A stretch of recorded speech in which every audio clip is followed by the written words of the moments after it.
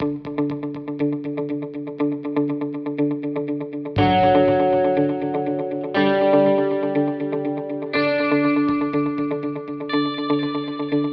great honor to begin the next panel, the role and position of Mobeds in a fast-changing world, moderated by Ervad Ardaviraf Minucherhomji.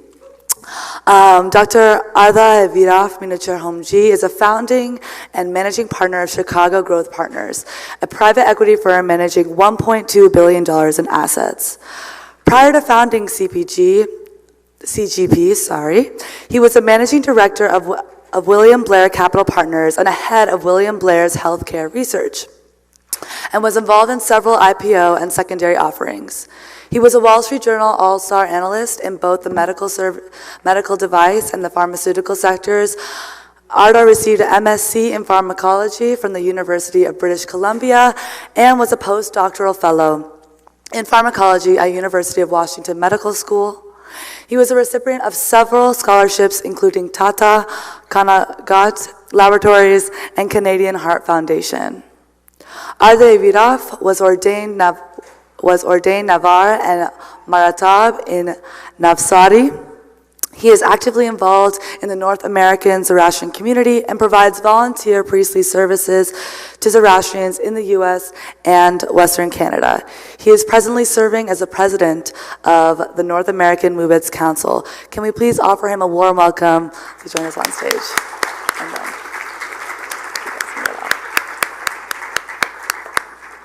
If you would like to join me on stage and begin the panel. Thank you. Okay, yeah, can we get the panel members, please? Invite you all to the stage.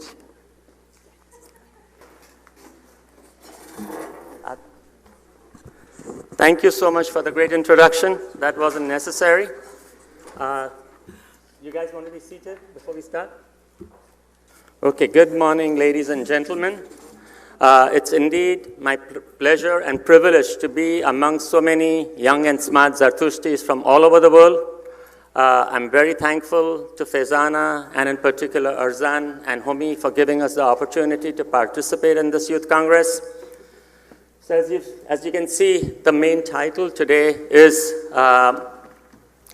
what is the role of Mobeds in this rapidly changing world? Now, as you can imagine, some roles don't change much. So what is the primary role that we do? Obviously, it's performing ceremonies. And the ceremonies include jashans, gambars, we perform navjots, weddings, and so on and so forth. And they will stay similar or constant as we've done them in India. Maybe we can modify some prayers to make it shorter or whatever, okay? But basically, the prayers won't change, the ceremonies won't change. But what in fact is changing, that the young people here are in a different cultural environment, and they want to understand more about our ceremonies, what we are praying, why we are praying, and in fact how they can use religion in their daily lives. So what we thought of doing today is to talk about some of the basic beliefs and values of Zarathushtis that we derive from our prayer books, from the Gathas and other books. And we are going to talk about that today, and then our distinguished young panel will give their own perspectives. And we want active participation from you guys. So before I start, I'd like to introduce Ervat Soli Dastur and Ervat Temtan Mirza. They are our distinguished scholars from North American Mobeds Council. So they may have a lot of answers that you may be looking for. So I highly encourage you to talk to them and find the answers. More importantly, we have our young Mobeds. They are a very smart group of people who are highly accomplished, not only in the ceremonies, but also in their own professional lives. And what I'd like to start is for each of them to introduce themselves. So at the very end, we have our soprano Meher Pauri. I'm sure most of you know her. As you may note, she's very good at what she does. So we have asked her to sing 4 paragraphs from our first Gatha that are also going to be part of our slide presentation. So Meher, would you start first, please?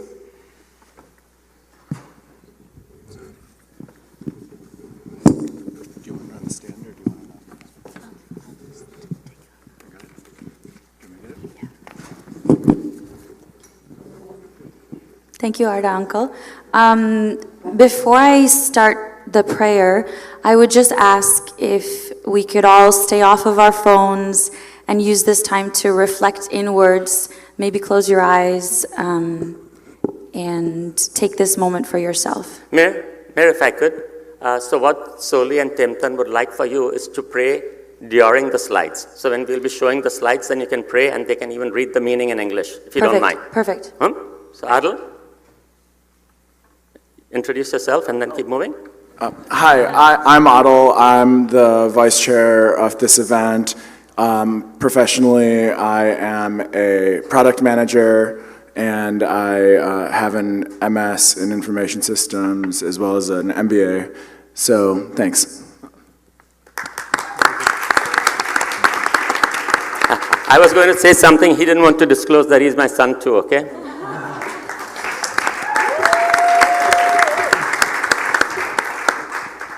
Good morning. I'm Sherazad Pavri. I've come from Mumbai. Really happy to have you guys here. I am an ordained priest. I come from Mumbai. I studied at the Dadar Athonan Institute, which is the only existing institution which has trained priests, and we do have some alumni from the other institutions as well.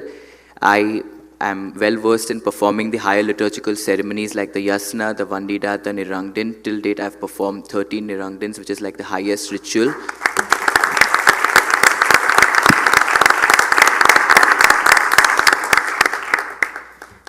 Professionally, I run my business building distribution networks over an e-commerce platform. I am also involved in a community initiative back home. It's called Empowering Mobeds. We are basically involved in holding workshops, seminars, and we want to build a connect between the laity and the priestly class. We have connected till date, like the initiative is close to a year old, and we've managed to connect with the community of all ages, like starting from like holding heritage walks for kids, all the way to having an interaction with senior citizens. And we basically would like to know, like even during the interactive session, I'd personally like to know from you guys what you feel about priests in general, because let's be honest, somewhere going back to the past, we as priests hadn't lived up to the expectations or haven't served your needs, your religious needs, which is why where we are today. Don't want to crib about it, but help us make this situation better. Thank you.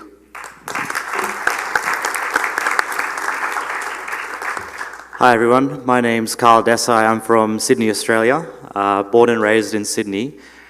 So I have very, I think, modern views on the religion. I became a priest when I was 11 years old. I perform a host of weddings, novjats and jashans in Sydney. I'm also actively involved in the youth community there. I currently work in London. I work in sustainability around buildings. And similar to Sherry, looking forward to hearing from you all how we can perform our role moving forward. It's an interesting time for our community, and we're trying to understand how we can be leaders in order to engage you all in our religion. Thanks.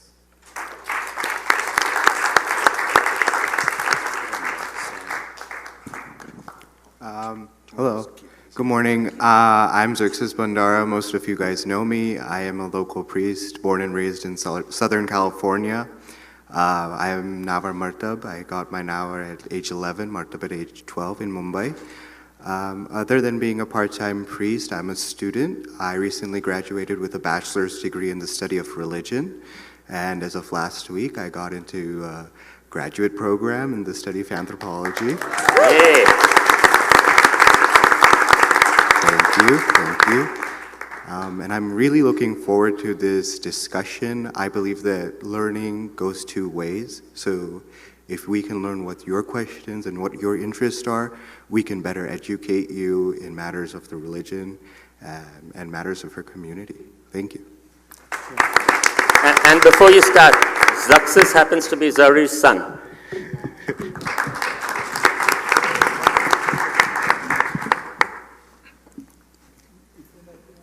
Good morning, everyone. My name is Jimmy Kushrumadin. I'm originally from Mumbai, but now living in London for the last 9 years.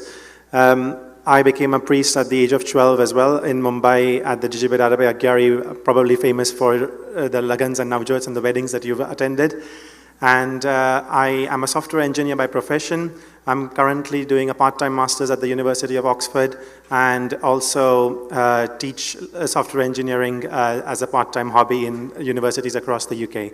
So I am honored to be a part of this panel across my distinguished colleagues and seniors as well, and looking forward in the same opinions and views that my colleagues have expressed, and would love to know a lot more about how we could move on and proceed further. Thank you.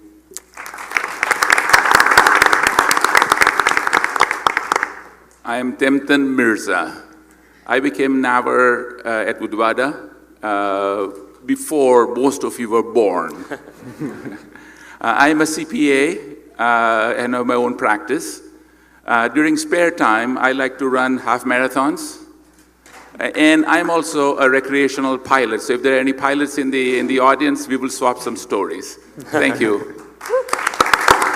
And now the youngest member of our group. I became Navar before you. And also in Iransha, Navar Marta Ben Samil. Well, I'm Soli Dastur. I am from Florida, Bradenton, Florida. About 3 days ago, my wife Joanne and I celebrated 53 years.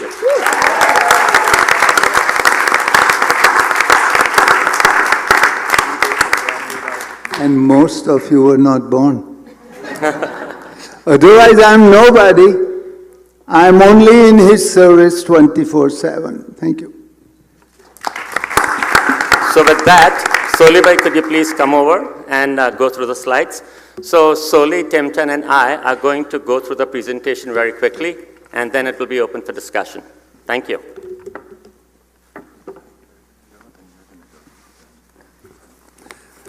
Thank you, Elda, and all the people here. Oh, okay. I think I can push a button.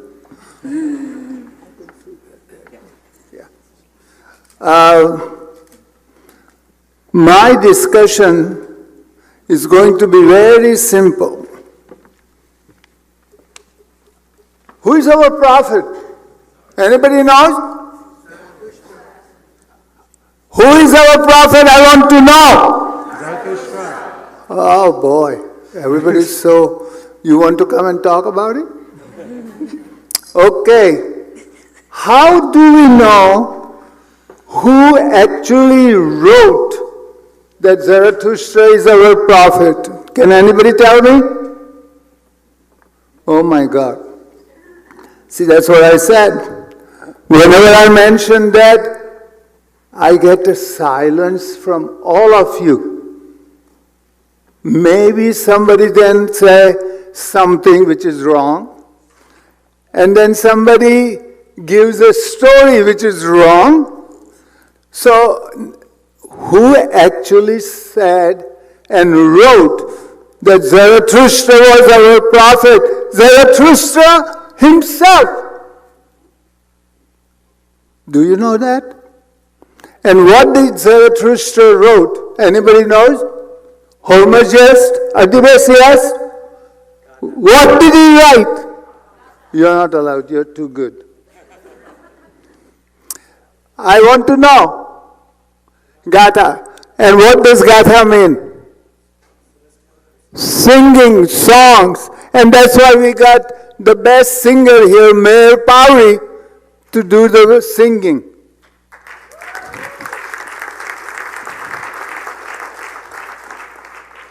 Okay, so where did he write this one? Zarathustra wrote 5 gathas, 17 songs, and in the second gatha, first gatha, he says the soul of Mother Earth complained to Dada Hormuzd in 29.1 against all the evil happening. And she said in 29.1, unto you, O Creator, the soul of Mother Earth complained thus. For what reason did you create me? Anger, pillage, outrage, blunder, aggression and violence are everywhere. Sounds like she's talking about today. But there is no protector for me except thee, therefore reveal to me a Savior who could show me the way out of this difficulty. And may I please sing the first word? You don't have to come here, you can sing from there.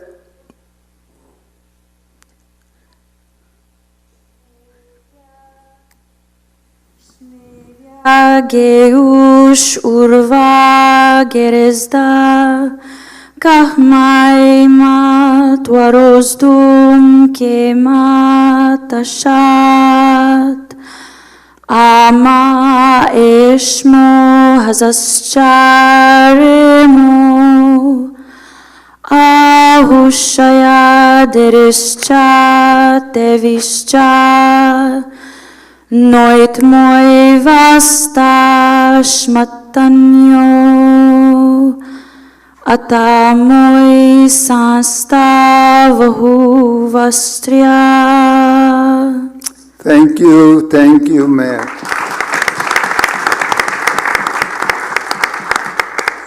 I have been in this country since 1960.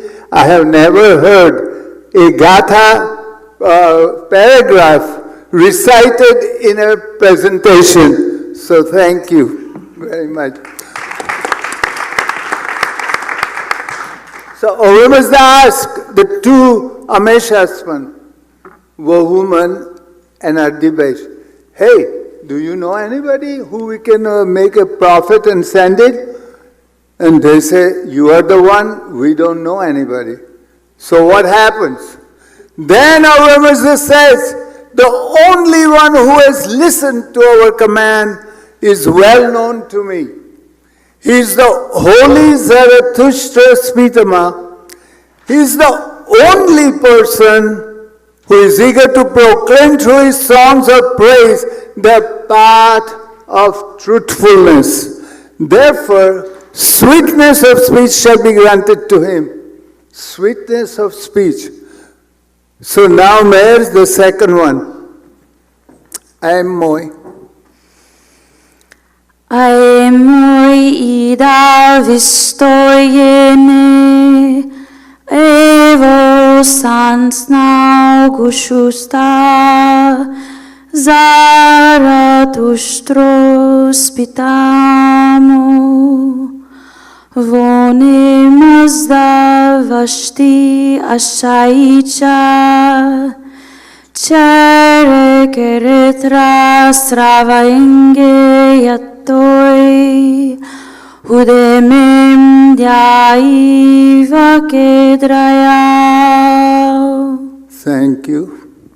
And in his Zarathustra on his side, in his very first words of his Honaviti Gatha 28.1, Zarathustra with uplifted hand and deep humility.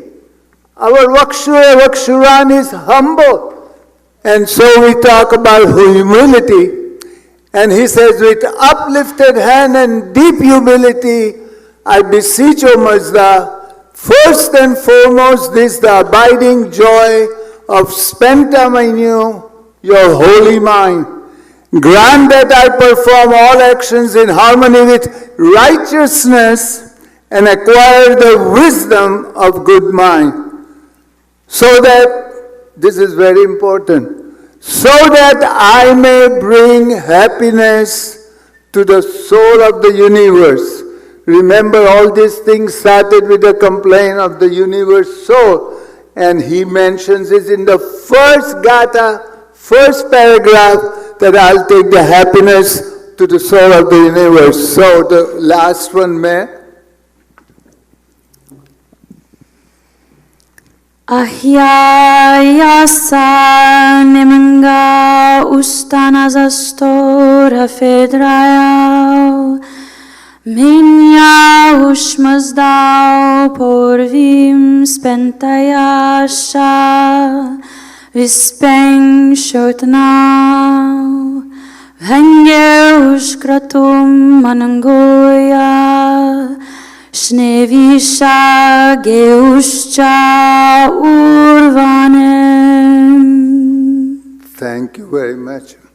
So, we are talking about what Zarathustra's main goal is to remove all dushmata, dusukta, dushvarsta, the bad thoughts, bad words and bad deeds, and bring in humata, ukta, rashta.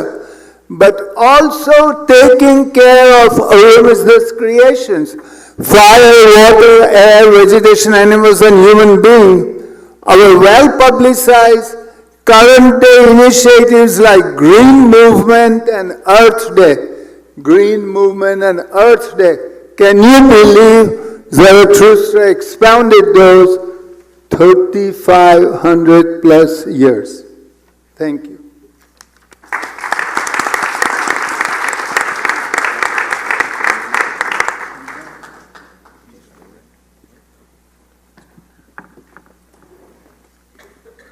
So, ladies and gentlemen,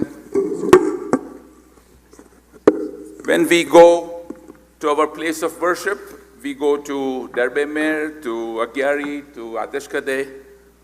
What do we have there? Fire. Fire. Fire.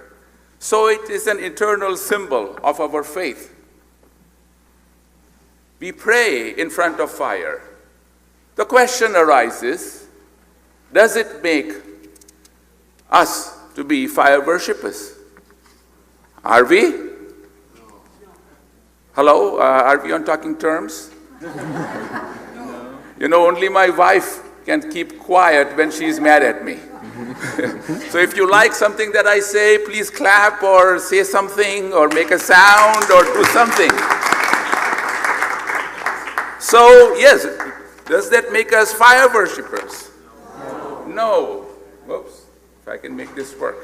Okay. So how do we know that we are not fire worshippers? It says so in Yasna. Yasna Haptangaiti.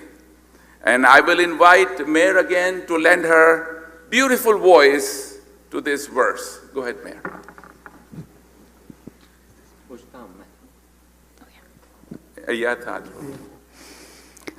Ushta ahmai yamai ushta kahmai chit vasesh yasmazau dayat ahuro uttayuiti tevishim gatoi vasemi Hashem derediai tatmoi Dao armaiti Rao ashish vangeush gaem manengo.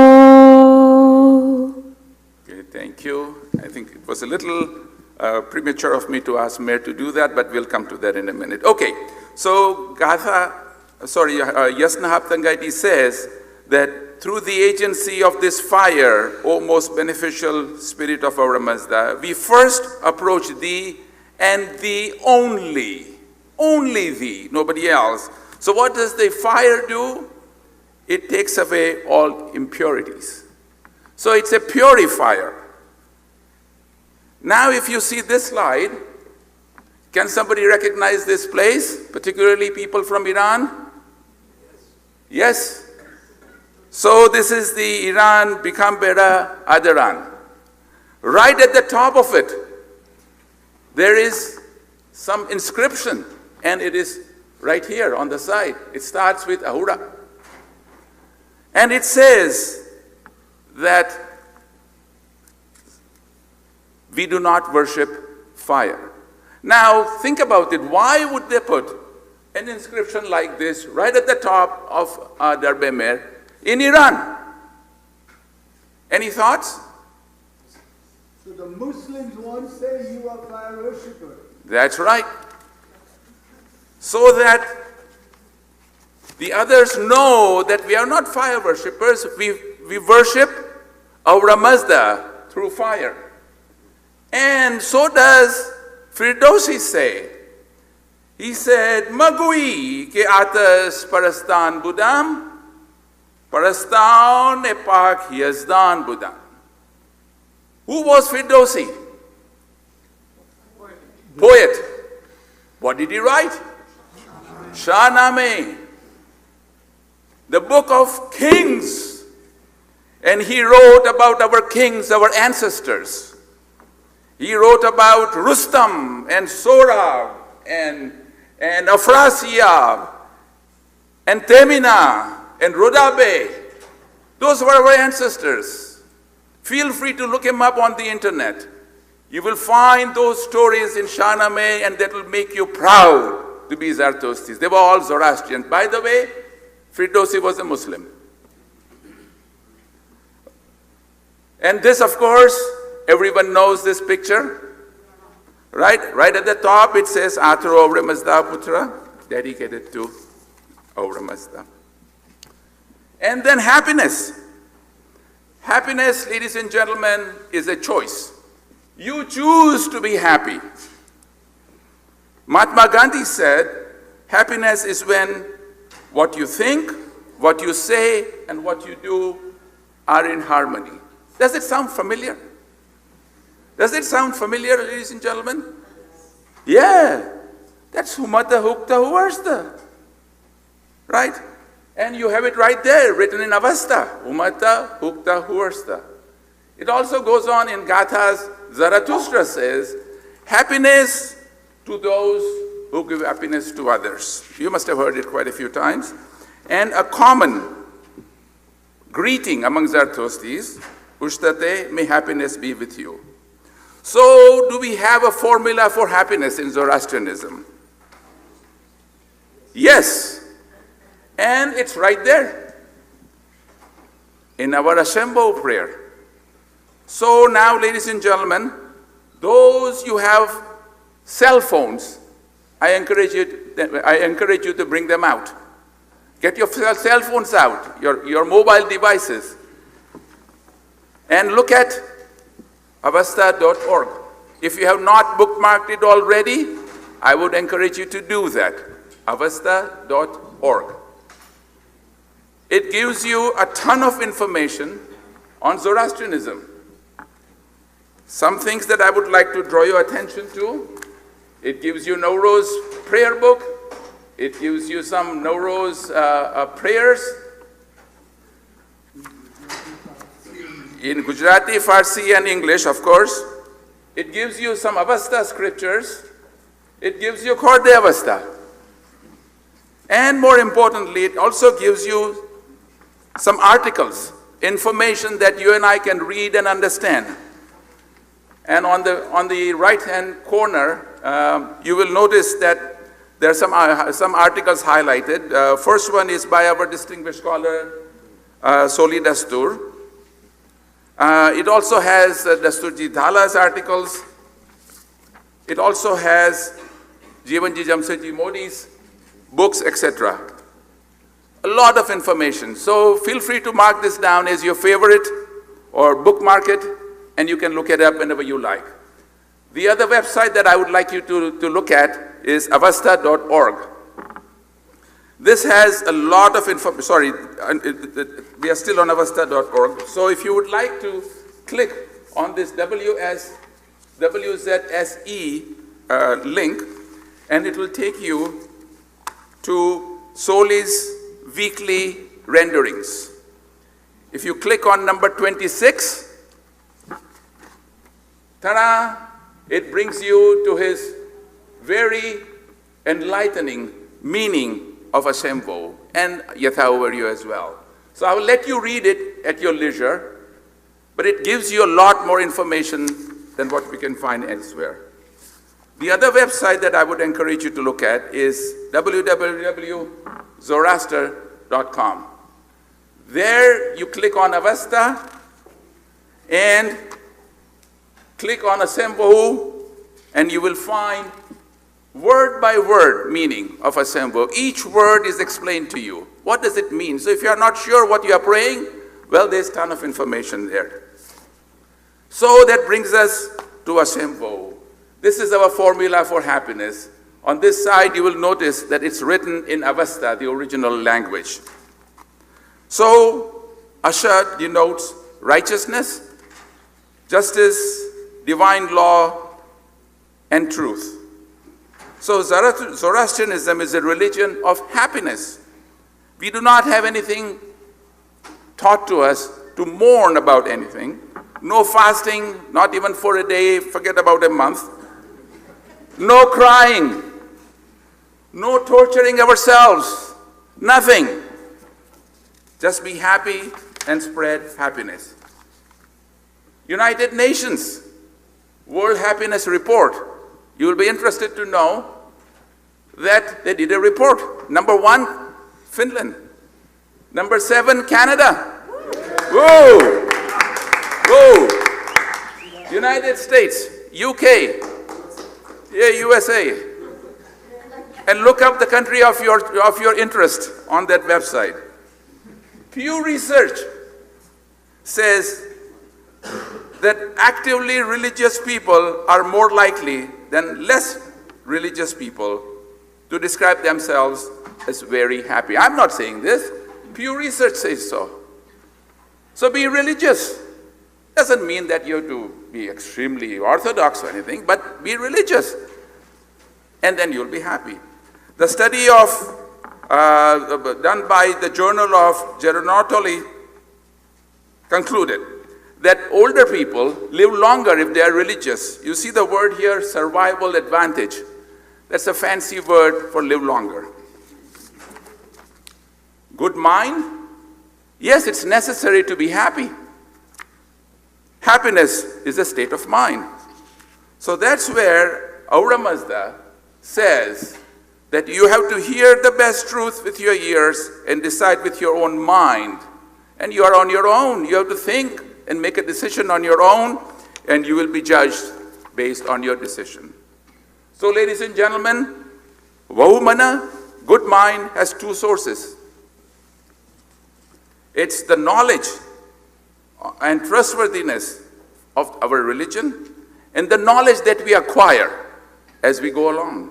So you have to use the scriptures to interpret the situation that we find ourselves in. The second Amishaspan, right after Ahura Mazda, is Baman, good mind. So Ahura Mazda has given us free will. So let's take responsibility and use our mind and transform your lives from what you are living now to the life that you want to live. Thank you.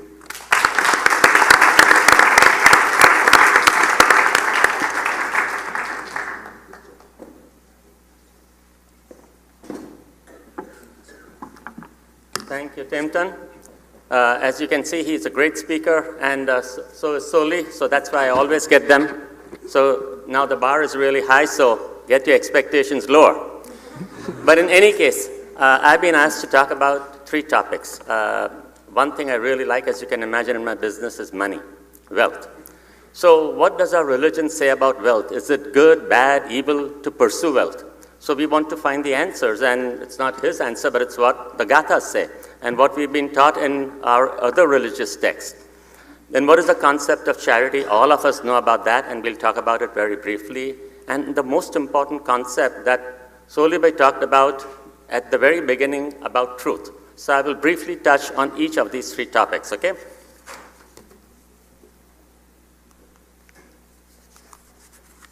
So first is acquiring wealth. Now these words are very important, so pay attention to each of the words, okay? Always accumulate wealth with honesty and do not rob others of their property or do not usurp other people's wealth. And this comes when we are saying the Pasan Ashirwad ceremony. So look at the word accumulate. It doesn't even talk about acquiring, accumulate. So we can not only work hard and gain wealth, but we can also invest. So what is the point for the young children? You should start a 401k plan. Start accumulating wealth. So there is a message there. And if you work hard and you can accumulate wealth and do it honestly, there is nothing wrong. And that should be the goal of all young Zartustis. Now it goes further, okay? So acquiring wealth is one thing, but what do we acquire this wealth for? So we all want to pursue this pot of gold. So is that the ultimate goal in life? So to become very rich and wealthy? That is not the case in Zoroastrian culture. So what it says is, may the evil person who acquires wealth for his worldly pleasures and bad reputation, for his soul never attain anything in life. So acquiring wealth for worldly pleasures is not the ultimate goal. So it's not about how many cars you can buy, how many houses you can buy, or what clothes you can wear. That is not the purpose of Zoroastrian religion. It's how we conduct our lives and what we do with our wealth. That's the most important. And in the second gatha that she sang, Ushtavaiti Gatha, the first paragraph, actually that paragraph is one of my most favorite paragraphs because it touches on three things. First, Ushtamai Yammai Ushtakamai Chit, which means happiness to those who bring happiness to others. The second sentence goes about truth, and I'll talk about it briefly. And the last sentence talks about God, Rayo Ashish Vangeush Gaem Manango. That means God grant me wealth, good blessings, and a life of good mind. Now, these three words, I would like for you to think about them very carefully.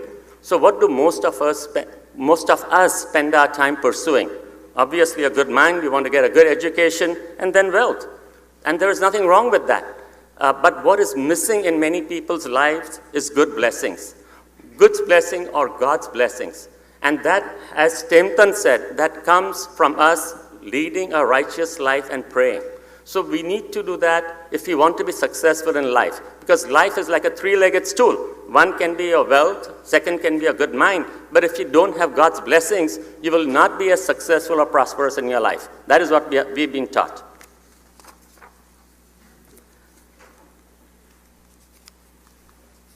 I'm a little slow here. Next, charity. So I'm sure those who grew up in India, we heard Parsi, the other name is charity. So where does that come from? It comes from the most important prayer that we say. Yathaho prayer, where we say, Shatrimcha, Ahurai, Ayim, Dregubyo, Daradvastaram. There are many interpretations of this, but the most simple one is God helps those who help their poor brethren. So the most important function of money is not to accumulate wealth, but is to help our poor brethren. Because if we do not do that, then we are really not practicing Zoroastrian religion. So it doesn't matter how many times we say, I have this much wealth, and my 401k plan is this. God doesn't care about that. When we pass away, the only thing God cares about is our net good deeds. That is really your spiritual worth. And that is what we should spend as much time focusing on as we spend time focusing on our 401k plan.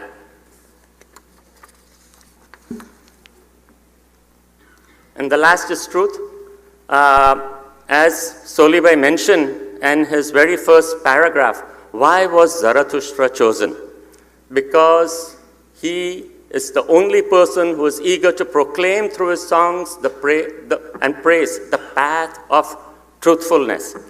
As you can tell, that this was the chief attribute that Zarathustra saw that Ahura Mazda saw in Zarathustra and chose him. So in our culture, in our religion, truth is not absence of falsehood. Truth is absolute truth, and it's not easy to stick with truth. So therefore, you will see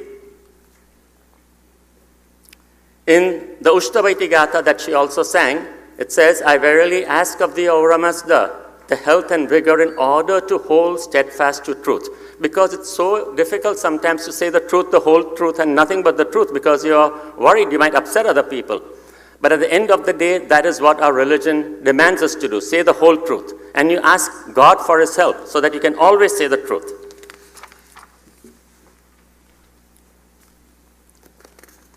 And the famous Greek historian Herodotus, and in fact, he said something very interesting. Sorry, I'll go back one. He said that the Persian sons are carefully instructed from the 5th to the 20th year to do 3 things alone. Amazing. Look at the 3rd thing, to write, to draw the bow, and to speak the truth. And it doesn't sink. So, because again, they all go back to why Zarathustra was chosen. The chief attribute of a human being, a Parsi, Zartushti, is to always speak the truth. So, summary very quickly. Always be truthful, humble, charitable, righteous. So to me, righteousness is an all-encompassing term. So good thoughts, good words, good deeds. But how do you follow that? And we have many of the answers, okay? A good deed could be to become charitable, to bring happiness to others. So we have the formulas about how we actually implement these things. So what attributes you want to develop? We should always use our good mind, innate wisdom, as Tempton said. So how do you develop your innate wisdom? Different people have different positions on that. But my kaka, Dasturji Minocharamji, used to always tell me that you can fine-tune your innate wisdom through prayers. So I sincerely request everyone who is here to, if you're not praying, just start praying two yathas and one Hashem. And say the meaning in English, and I guarantee you it will change your life for the better. That's my humble request to you. Thank you again, and I'll open.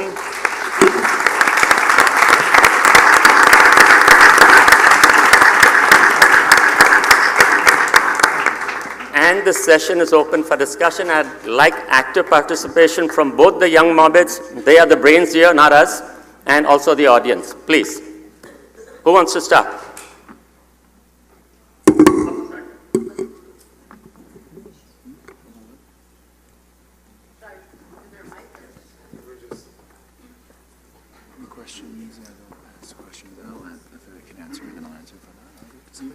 Hi, sorry. So thank you very much for that. I had a question.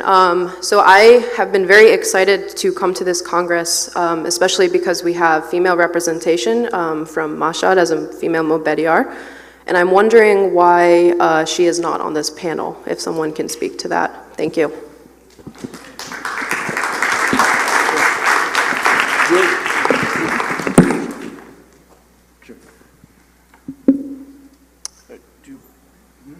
So the way the Mobed panel has worked is that there's a difference between a Mobed and a Mobediar.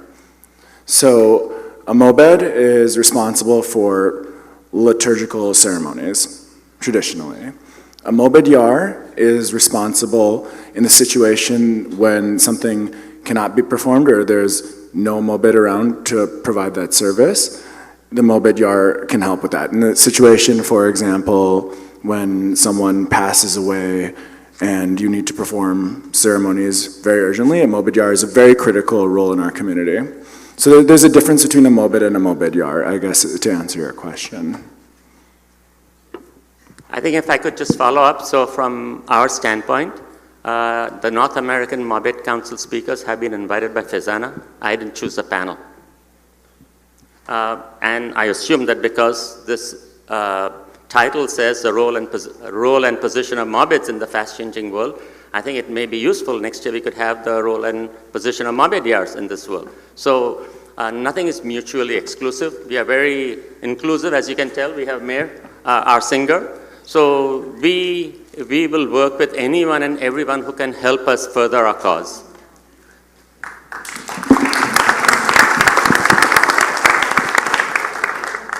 Thank you all for your service to our community and for this presentation. My name is Armaidi. I live in Los Angeles, and I'm asking a question pertaining to the inconsistency that I'm seeing with regard to the observance of Baman Maino, during which we are to abstain from eating the flesh of animals, yet flesh of animals is being served here at the Congress during Baman Maino.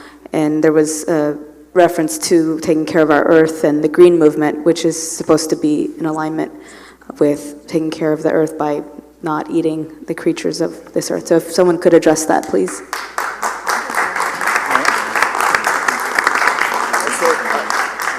So I'm going to answer this as a Congress organizer, and also as a Mobed. So as a Congress organizer, logistically, the food budget, and we didn't want to force some decisions on people, and this is the best decision we could make at that given point in time. But to your point, religiously, I think as someone who is practicing Balamano, I have a lot of respect for you and using your good mind, Vahumana, to make that decision consciously and to advocate for that cause. I want to say I respect that. So does that answer your question?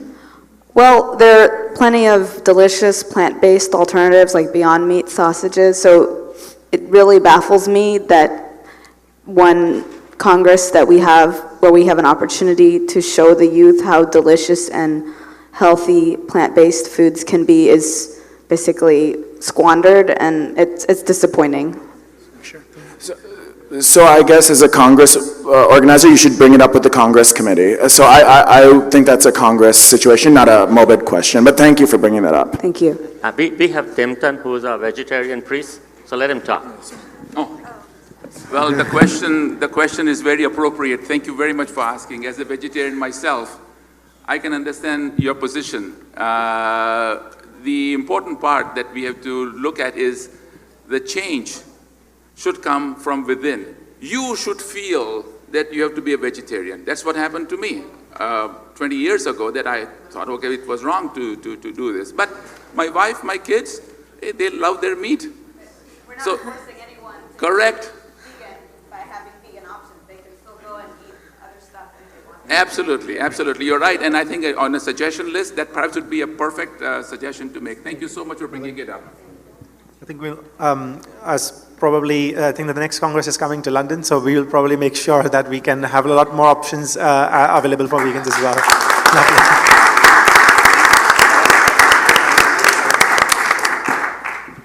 Hello, my name is Mafrin Santok.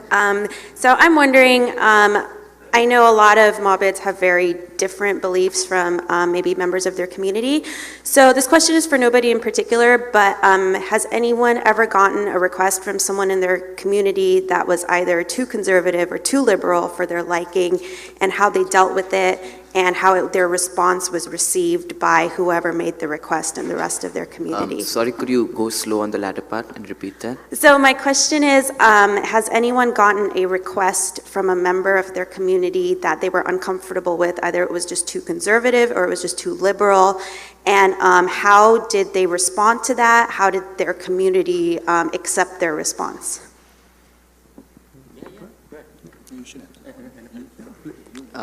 Jimmy, you want to go for the liberal one first? Because I believe I'm representing the Orthodox right now.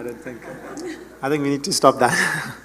No, I mean, first of all, my use of the word liberal is I think, misplaced as well, but I'm not a liberal priest as much as I am, my answer would be that growing up in India, I had the opportunity to learn from different people, from what you would popularly call people as liberals, reformists, orthodox, traditionalists, extremists. Everyone taught me as I was growing up, and then I asked questions to everyone, and using a little bit of side reading, a little bit of passionate hobby kind of bit of research, I then kind of followed the Gathas in that I chose, based on all the facts, based on seeking the truth and on what wisdom I could achieve over time, I took my own decisions, and then whenever someone asked me to do something, I always saw to it that I have an explanation for my actions. And my actions have evolved over time, so I don't read something and that is the final and absolute truth. So my truth at age 12 is different from my truth at age 28. And over time I have evolved in my actions. And at any given point in time, I think that's what Zarathustra asks, that if your answer, I mean, yeah, at the end of the day, if you can choose your actions using your own good mind and be explainable, then I think most of the times people have always understood the reasoning behind why I have done what I've done.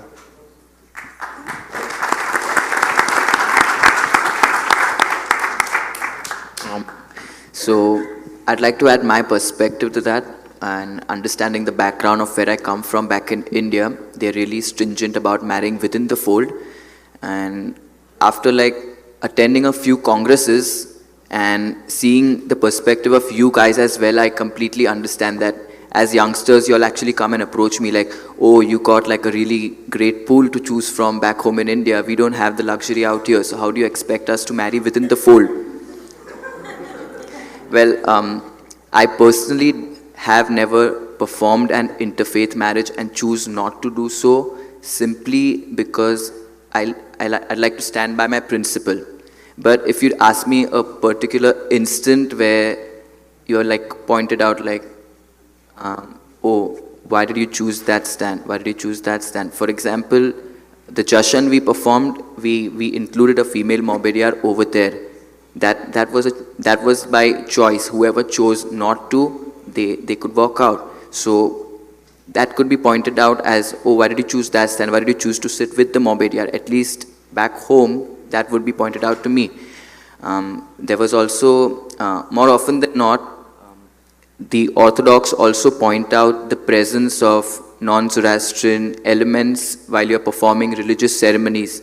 And you need to look at, I mean, back home you've got like consecrated fire temples which you may not have here.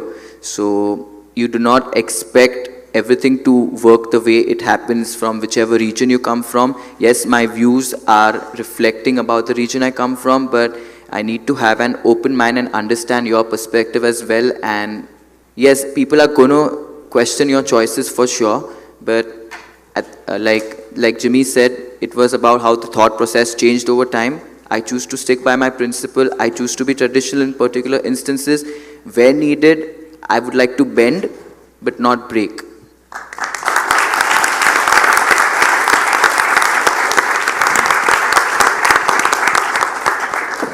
Hi everyone, I've been waiting to ask this question throughout this Congress, so this is a great opportunity. Thank you. I've written them down, so I asked this correctly. I was raised by a liberal family back in Surat, India. I was taught the path of righteousness without any limitations on what I could eat or what I could wear. The one rule, not a suggestion, the one rule that I had to follow was to find a Parsi guy and marry within the community. My question to you is this a rule or a construct of Parsis in India specifically, or is this a part of the Zoroastrian religion?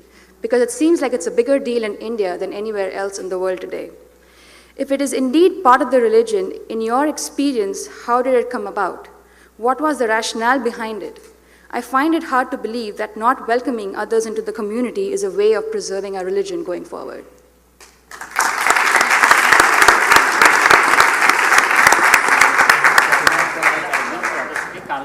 Carl, do you want to do it? No. I think, no. I've done a lot about this.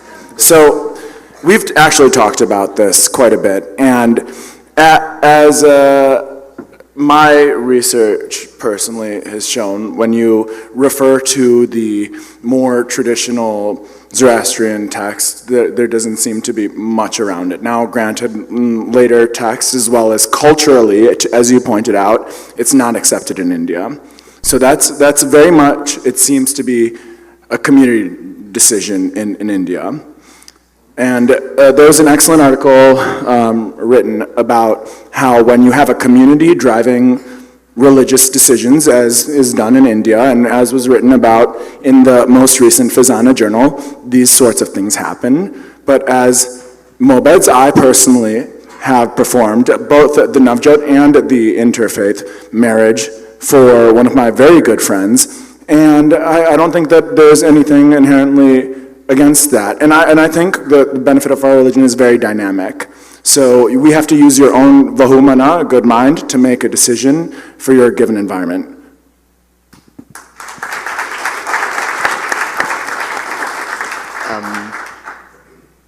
Yet again, the flip side to that. I come from the Parsi stronghold, and I need to represent that side of the story as well.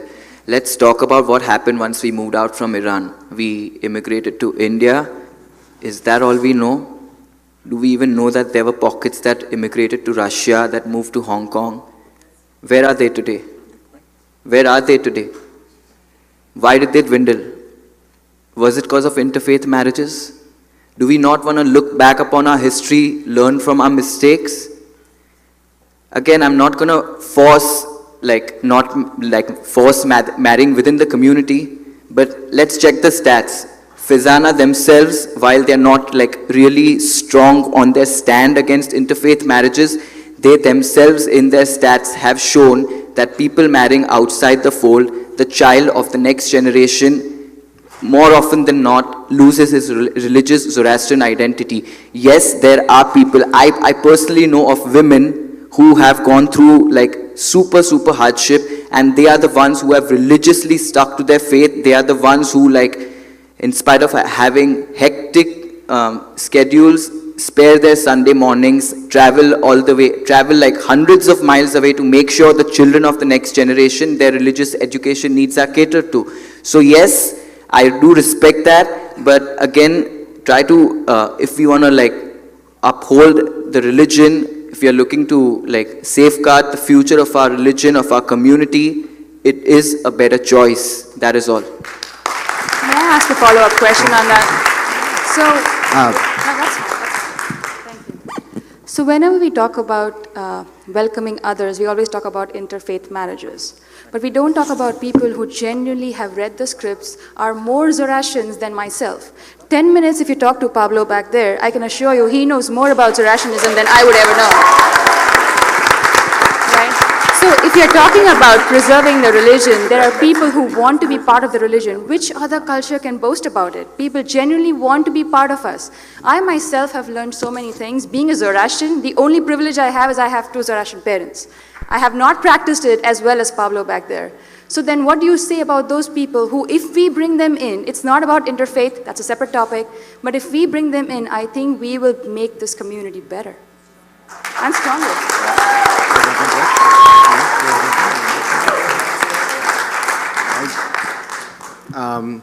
I wanted to speak to your first question as well as your next question. I like to identify as an academic.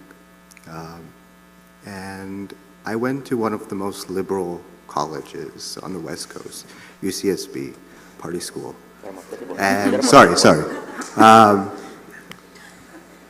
And I became a little more conservative. I took Religious Studies 130 at 9:30 in the morning with a old Jewish professor, Dr. Richard Hecht, who is, the quintessential old Jewish man. Every lecture started with a discussion on bagels and lox. Anyway, so Mirza Sahib talked about Pew surveys, and what Dr. Heck made us do in the first few weeks of the quarter was look at Pew surveys on the Jewish belief system. When you study Judaism, there's one concept that's it's quintessential. It's called orthopraxis. It means correct practice. The Jewish belief system is based on about 600 laws of God that you practice to be Jewish.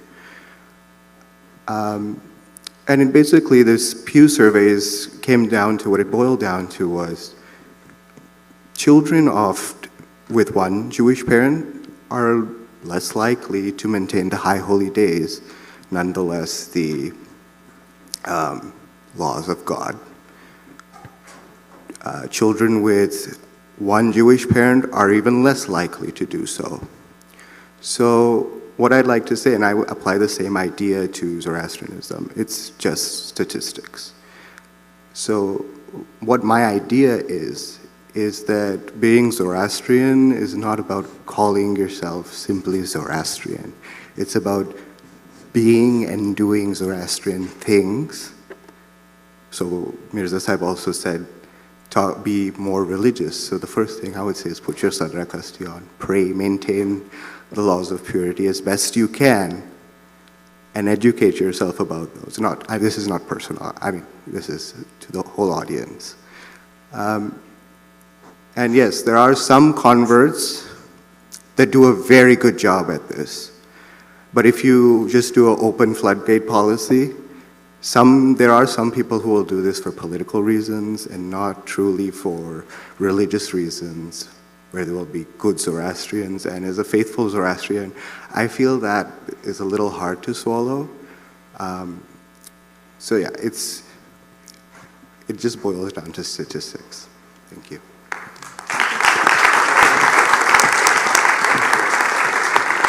I suppose I have a different perspective coming from Sydney. So we do have a small Zoroastrian population. It is quite hard to find a Zoroastrian spouse. So I think it's like 1 in 8 marriages in Sydney are between 2 Zoroastrians. The remaining are interfaith marriages. So I just guess based on those numbers, it's quite hard to justify only accepting Zoroastrian marriages as a way of upholding the religion. I think, yeah, those numbers speak to themselves. It's just going to essentially die out very quickly if you don't be more accepting of interfaith marriages. So in Sydney, we're very much open to that idea. We do interfaith marriages, we do the knowledges for kids of interfaith marriages as well, which is fantastic. These kids come to our Sunday school sessions, they're engaged.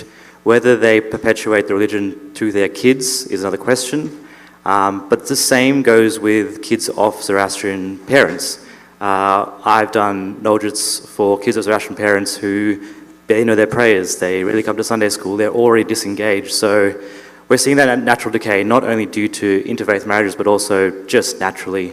I think if we were to turn our backs to those interfaith marriages, it's going to be see our downfall. One of the things Arda said, which I really liked, was religion talks about being happy and spreading happiness. If someone came to me and said, I'd like you to perform the Zoroastrian rites for my wedding, I, in good consciousness, could not turn them away, because that would be creating unhappiness in the world. So very welcome to accepting interfaith marriages. I think the session we had yesterday was really enlightening for me, because it shows this new kind of evolution of our religion where we are now accepting a trickle of converts. And that's interesting, because that changes the game entirely. I think a lot of us come here with the pressure of trying to find a Zoroastrian partner, and that's so unnecessary. Our parents have been kind of forcing that on us since we were kids.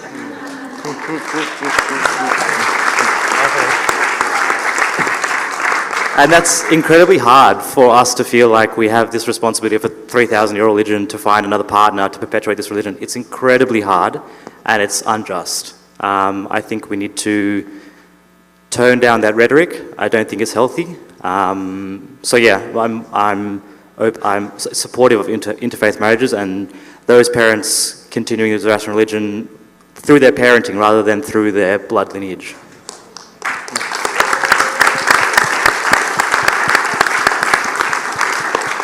Hey guys, so we have at least 8 other people standing there. So if you could do me a big favor and give very brief answers. If they want detailed answers, they can come to you later and get an explanation, if that's okay with you guys. We have, say that again, 25 minutes, okay. So maybe 2 minutes per answer, no more than that, okay? Between the whole panel. Thank you. Hi, thank you very much to all the Mobeds on the panel for the very interesting talk. I had 2 comments to make. One was about the issue of Zoroastrians and fire worship. So I think that there are some definitions of worship for which it would be appropriate to call Zoroastrians fire worshippers. So I looked up the Merriam-Webster definition, and they say to honor or show reverence for as a divine being or supernatural power. And the second meaning is to regard with great or extravagant respect, honor, or devotion. They give an example, a celebrity worshipped by her fans. So it seems that since we do show reverence for the fire, we do think of it as a supernatural being, the son of Ahura Mazda, and represented by its own Amesha Spenta. And we do show it respect, honor, and devotion by serving it the sandalwood. I think it would be correct to call Zoroastrians fire worshippers. And the second comment I wanted to make is that on the topic of whether or not there's actually something within the Zoroastrian faith that requires intra-faith marriage rather than just like a Parsi tradition, I do recall reading a translation of the Patet Pashimanum prayer, and I'm not sure how accurate the translation is, but one of the things they listed there as a sin to be repented for was sexual intercourse with someone outside the faith. So I'm not saying that's necessarily something that should be followed, but if that is the correct translation, then I think that would imply by extension that it might actually be against the faith to marry out. I'd like to answer the second question. So regarding the first question about fire worship implies that fire is essentially an inherently good thing. Fire is not inherently a good thing, right? Fire burns down houses, fire causes havoc in a lot of ways. So we respect fire, we revere it, but we're not worshipers of it. It's not it has both good and evil things it can do. But the good it can do if you use it right is phenomenal. So does that answer your first question? Yeah, I still disagree, but it does answer it, yeah. Okay, so, and then go for the second question. No, I'd just like to add to what he said. So in Zoroastrianism, we do not have any sort of imagery about God. And God, Aura Mazda, is associated with divine wisdom.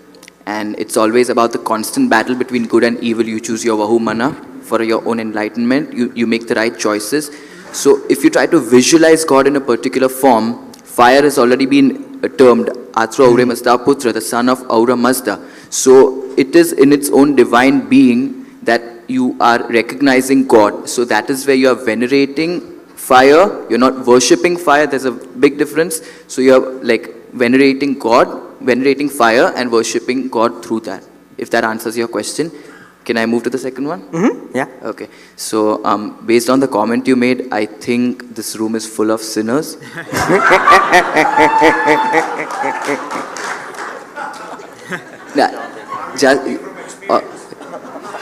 Let's not get personal here. Well, okay, sorry, we're running short on time, so let's get to the point here. The scriptures, we all have reference books, okay? We all have different views over here. Look at us priests having different viewpoints here. There are scriptures, there's a religious law book, the Vandida, there's a Patet, okay? I want you to imagine us as medical doctors from various streams. One is going to tell you allopathy is the best. One is going to tell you move to homeopathy, go to Ayurveda, use your Vahu Mana, make your own choice.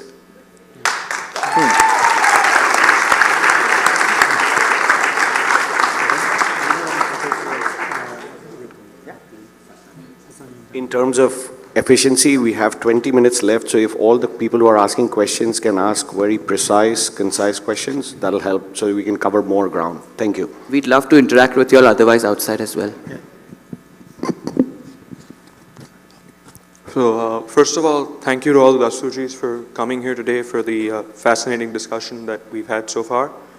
I would like to ask about, given all the time and the demands that go into being a Mobed, with how we as Vedans and laity could make it easier to balance professional, family demands with those of being a Mobed. Cool.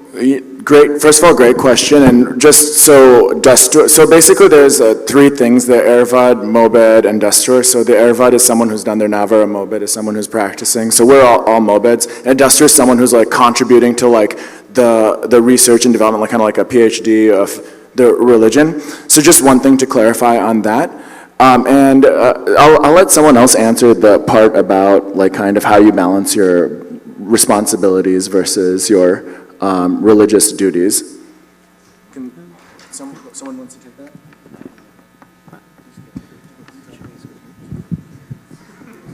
Yeah, I think in a way, yes, it is quite challenging because most of my weekends end up being taken up by performing ceremonies and things like that. I sometimes, in a British summer season, I would be performing like 11 weddings in a month. In August, 5 a weekend or something like that. So it is quite challenging, I think, performing the rituals on the side alongside with a full-time job and other part-time jobs and part-time studying and things like that. But that's just the ritual aspect of it, which I think comes from a passion to serve your community, and because I'm in debt of the community for giving me the opportunity to actually move to England, for actually allowing me for giving me funds for higher education, things so on and so forth. So for me, it was that kind of community spirit which said that I have to give back to the community as much.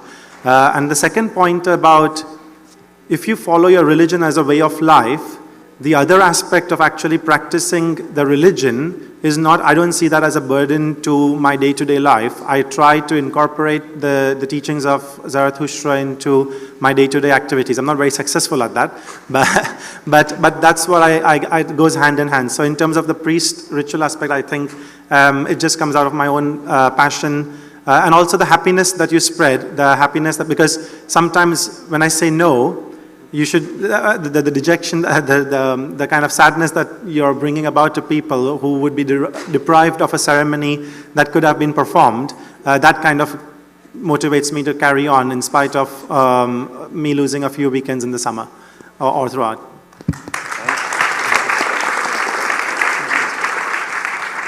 Just a quick addition, it's very important if you try to look back even at the Iransha initiative.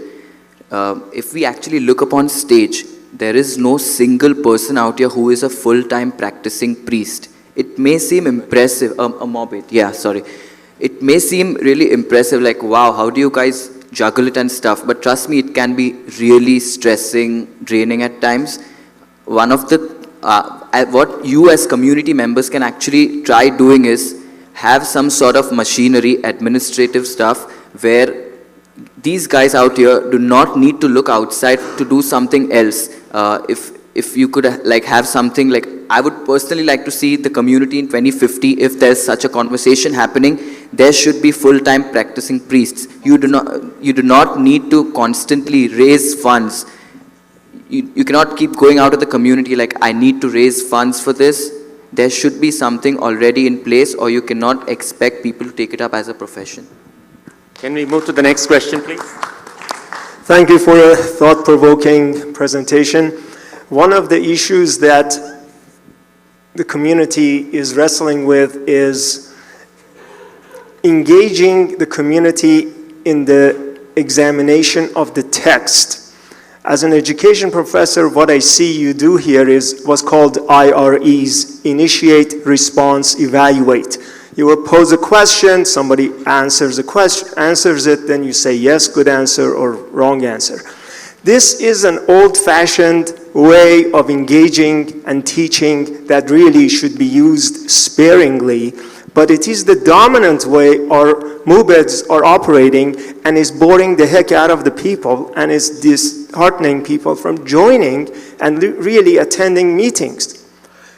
Have you considered using other methods, other discussion methods, such as Socratic discussions, Socratic models, where people can actually engage in the text and examine it and have an open dialogue as we see modeled in the Gathas? Honestly, that's a great question. I love it. And personally, I think that in order to get there, I think first of all, we need the community to say that we want that and to make an investment in something like that. Because to have a Socratic discussion in terms of understanding the underlying text, you need to invest in the Mobeds or somebody to know what's going on with the religious literature. But second of all, I personally have tried at least every night here as I'm having a good time, and as many of you know, I've been having a good time, to engage everybody with a discussion over a drink or several drinks, and having, like, understanding why, and bringing that up. And I think that we'll continue to do that, and I hope everybody can come to any one of us to have that discussion openly about questions you might have. So great question.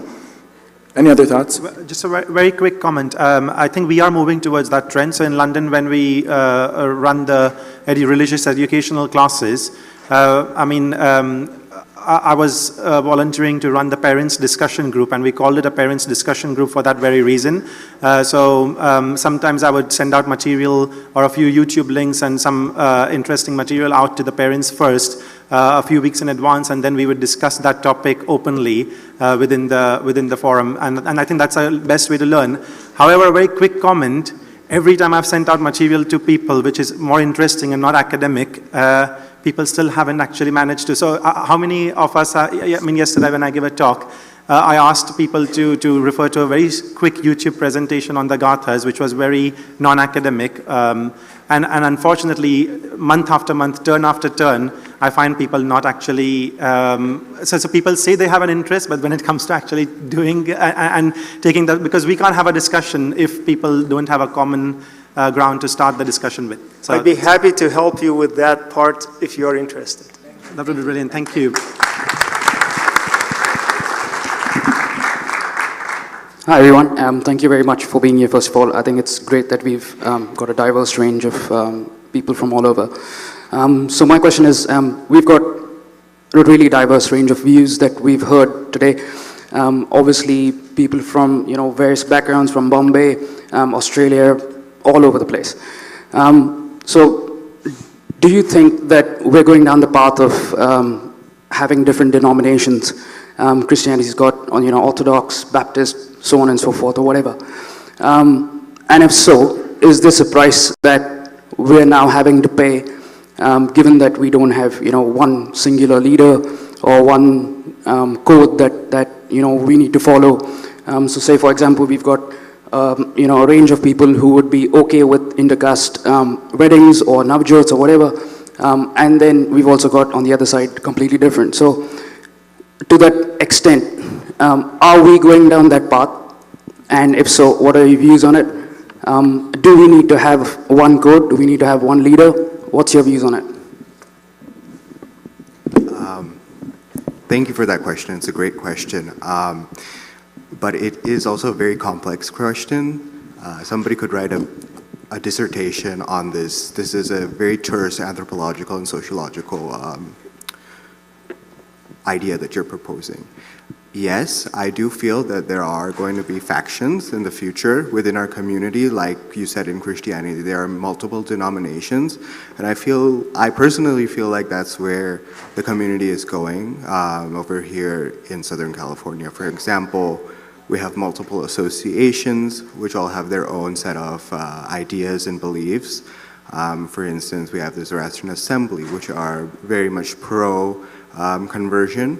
And they do their thing, we do our thing. It's fine. If we going back to your example about Christianity, if we go all out Protestants and Catholics, it's not going to be good for anybody, So if we can peacefully accept what people want to believe and we can respectfully maintain our own beliefs, I think that's the way to go for the future.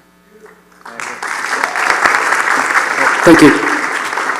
Just add to that, I think it's a really nice idea because we're talking about the extinction of our religion versus the extinction of Parsis, and I think if we can cleanly delineate between the religion and our cultural background, we can very easily promote and prosper Zoroastrianism with multiple different streams. Xerxes, to your point, I think it's great if we can all peacefully practice, but I think there needs to be a conversation had between these different sects so that we are progressing the religion at its greatest kind of potential.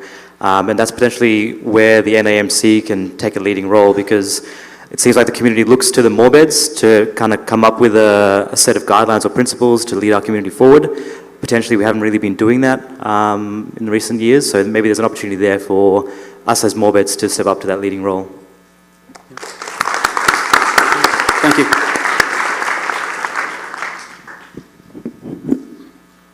I just want to start by saying thank you all for answering very respectfully and thoughtfully to all of our questions. I know it can't be easy to be up there as we throw things at you.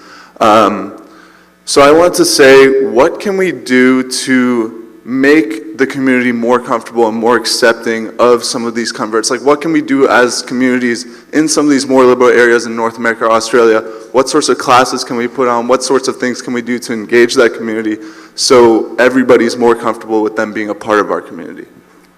I think that first point is that it's the way the question is phrased is involving somebody in the community. That's a community decision. It's not a religious decision. So I would throw that almost back at you.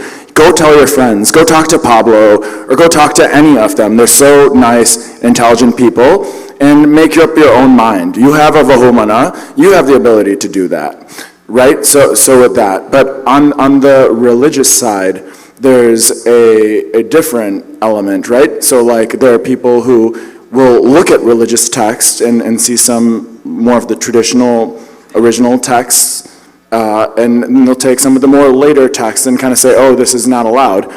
Encouraging your community to have those discussions as community members is what makes people welcome. It's not, I don't personally view it as a religious issue. It's a community issue. Thank you. Hey, can I just make a quick comment? So you heard Erbat Soli Dastur talk about being married to Joanne for 53 years. So look, we are very inclusive. NAMC's position is to be inclusive, period, okay? We welcome everyone, we help them, and in fact you'll see that some of the American ladies, they have a lot more knowledge than some of the Zarathustri kids here. So we should welcome anyone who can help us, and we can get educated from anyone and everyone. So we should have an open mind.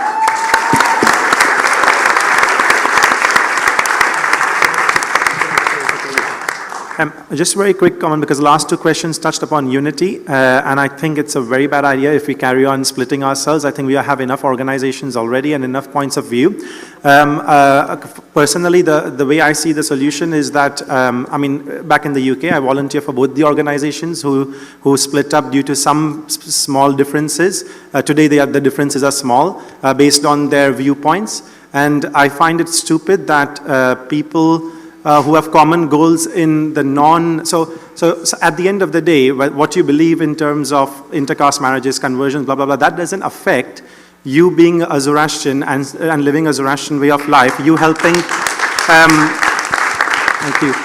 You helping your children for higher education, people battling terminal illnesses, all these common goals that these organizations have.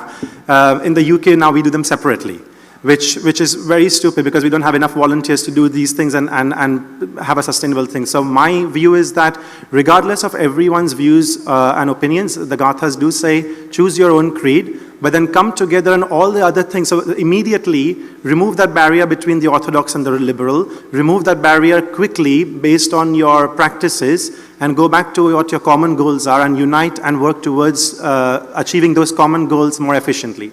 We got only 5 minutes. So can you ask your questions briefly? Don't give a statement, just ask your question. A lot of these Zoroastrian people do not accept interfaith marriages. Why did they glorify upon the success of Freddie Mercury when he was openly gay as well?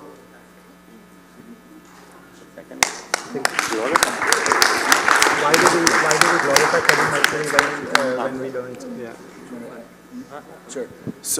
So the question is, if I'm going to rephrase it back, why are some Zoroastrians against interfaith marriages but then celebrating Freddie Mercury? Yes. So I would almost say that Zoroastrians, a lot of us are very fine with both interfaith and whatever gender wants to marry. A lot of us as Mobeds are very fine with that, but the community isn't. So as a community member, you need to stand up and say, hey, I think it's fine if they're not doing any harm to me, it's making them happy. Why does that have anything to do with it? It's not a religious thing that is against homosexuality, or against interfaith. It's a community issue.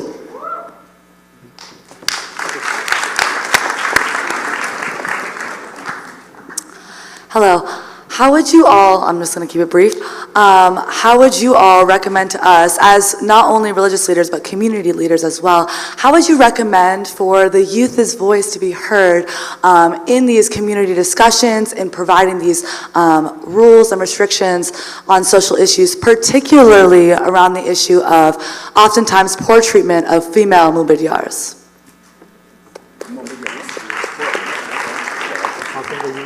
Does somebody else want to ask? Especially for the issue of female mobidyars. If you're talking about youth involvement, I'd say try to start going out of your way and be there for your local community association in general, and not just make it like, oh, I'm going to go to the Congress after the next 4 years. It's very important that each of us take it up as our duty, as our responsibility to help our local association in whatever capacity possible.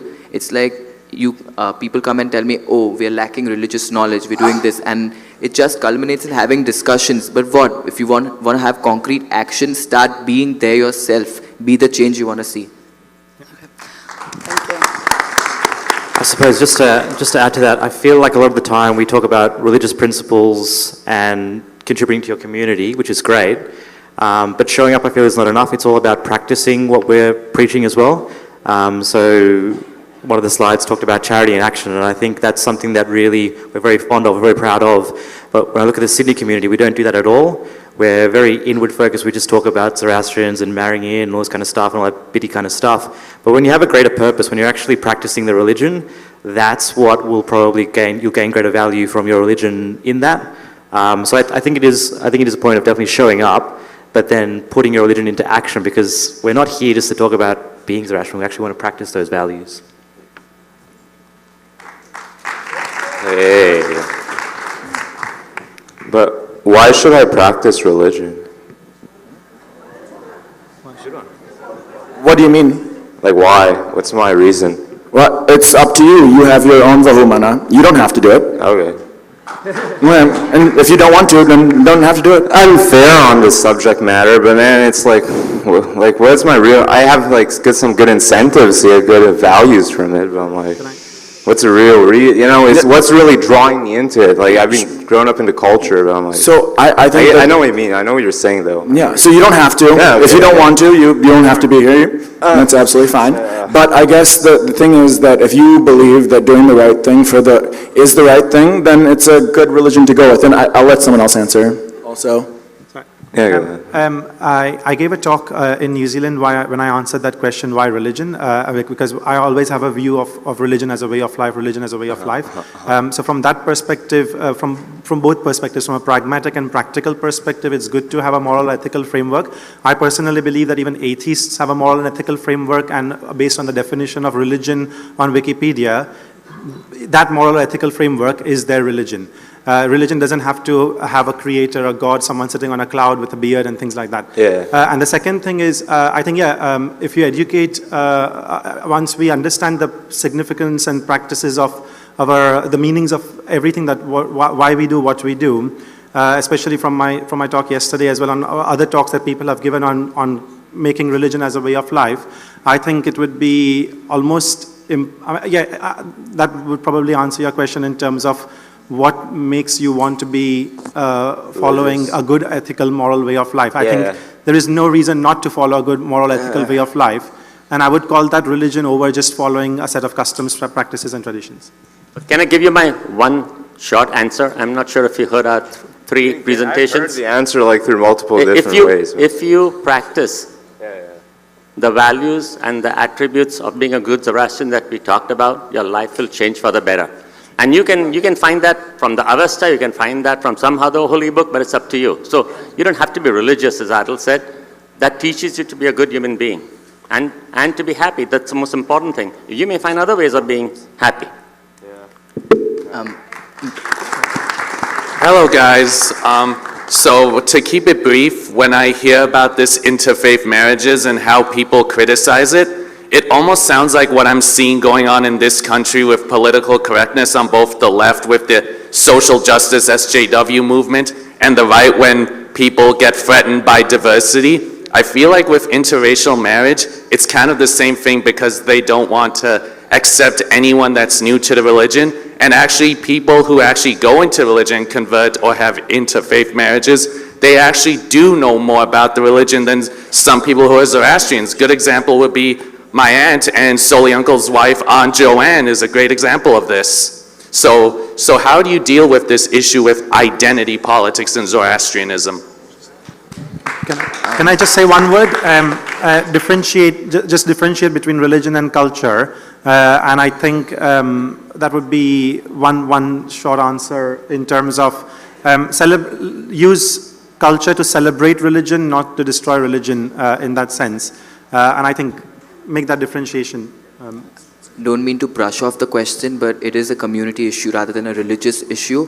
So I think it would be better if we talk much more about interfaith marriages something else other than interfaith. So because these guys also need to answer the questions. We'd love to continue the conversation outside as well. We're running short on time. All right, thank you. Thank you. Just really quickly, a lot of the narrative over here is our population is declining, both our culture and both our religion in the last 100, 200 years. So very simply, what do you see the future in the next 100 years, and why are you guys optimistic? 30 seconds.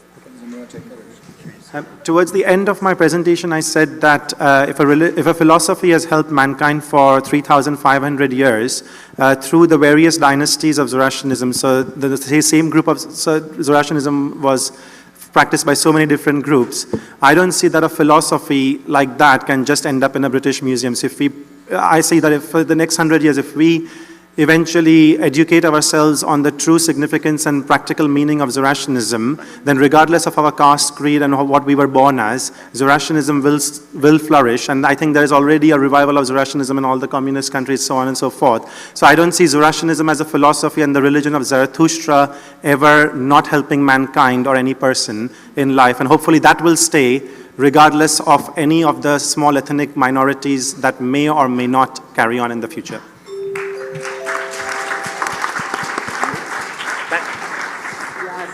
Last question. No. Okay. Go for it. I Last question. would like to take this opportunity to thank Uncle, one everyone last for question. attending. One last question, okay? All right. Arzan is a boss.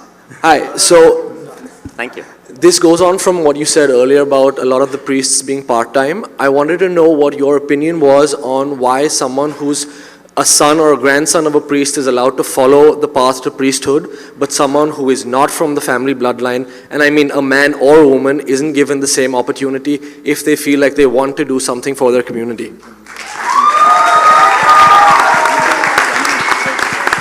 So if I could answer this question. So we've given a lot of thought to your question. This isn't the first time it's coming up. So at the last North American Mobed Council's AGM in New Jersey, we have passed a resolution that in North America, because we can't control what happens in India, any man who comes from either the Baden family or Thornan family can become a priest. So we have already changed some of the rules. Now as we go on, as you can imagine, and Adil has said this many times, the North American Mobed Council's resolutions are meaningless because we don't have a lot of power. The power all rests in the hands of the board of directors of associations. So we have taken the first step to include that and be inclusive.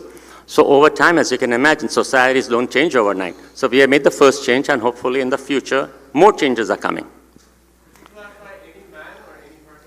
Any man today. In the Mobed, to become a Mobed, no. Today, we don't have that. And I'd just like to add, because we did have an informal conversation about this yesterday on the cruise. So again, I'd say we need to look back to history as well before we just jump into change. We've survived for like so many years, and there used to be these sections, these classes, out of which the priestly class has maintained its ethnicity, you could say. So before we just jump into change, we need to streamline it with proper planned discussions. We cannot just, whoa, let's just become Mobeds. It's going to be a disaster, trust me. We need to take a slow, informed decision. Okay, great. I really thank you all again for participating, and most importantly, we would like to give a standing ovation to our young Mobeds who took the time to come here.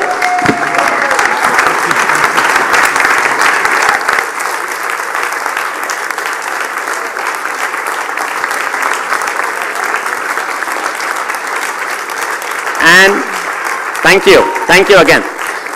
And Homi Gandhi, the president of Faizana, would like to say a few words. Homi, please come up. Yes. Homi, it's okay. Oh, okay. Homi, he says only 20 seconds.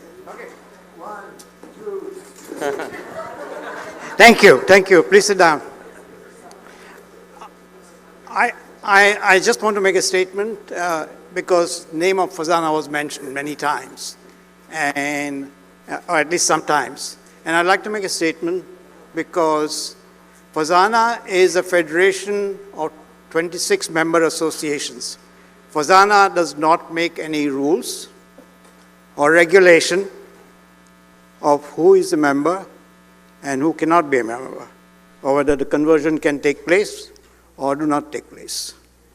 Each member association has its constitution and bylaws, and they make decisions about it.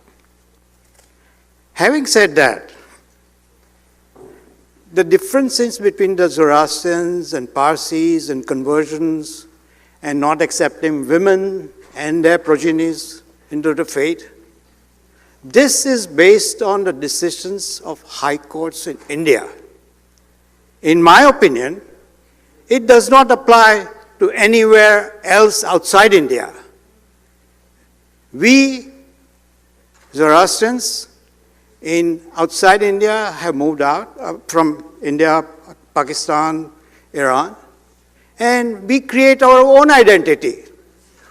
We have to do that. And I can see from the questions being asked, the comments being made, that there is a need to create our own identity. And we shall create our own identity. So please continue to use your Vaumono in creating that identity. Thank you.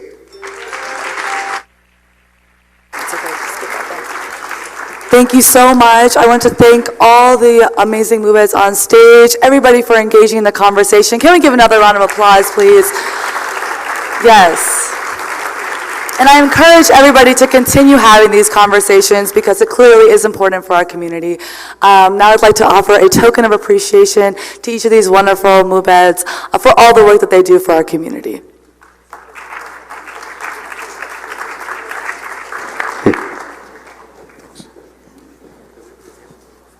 And while they're all being felicitated, If you can all, oh sorry, if you can come to the front. yeah, please come in the front. But while they're all being felicitated, we will skip the break for efficiency and continue with the next one so the sessions can have a little bit more time, right?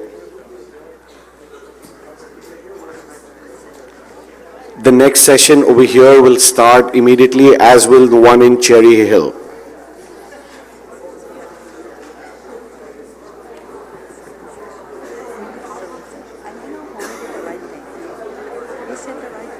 Because there were some about design.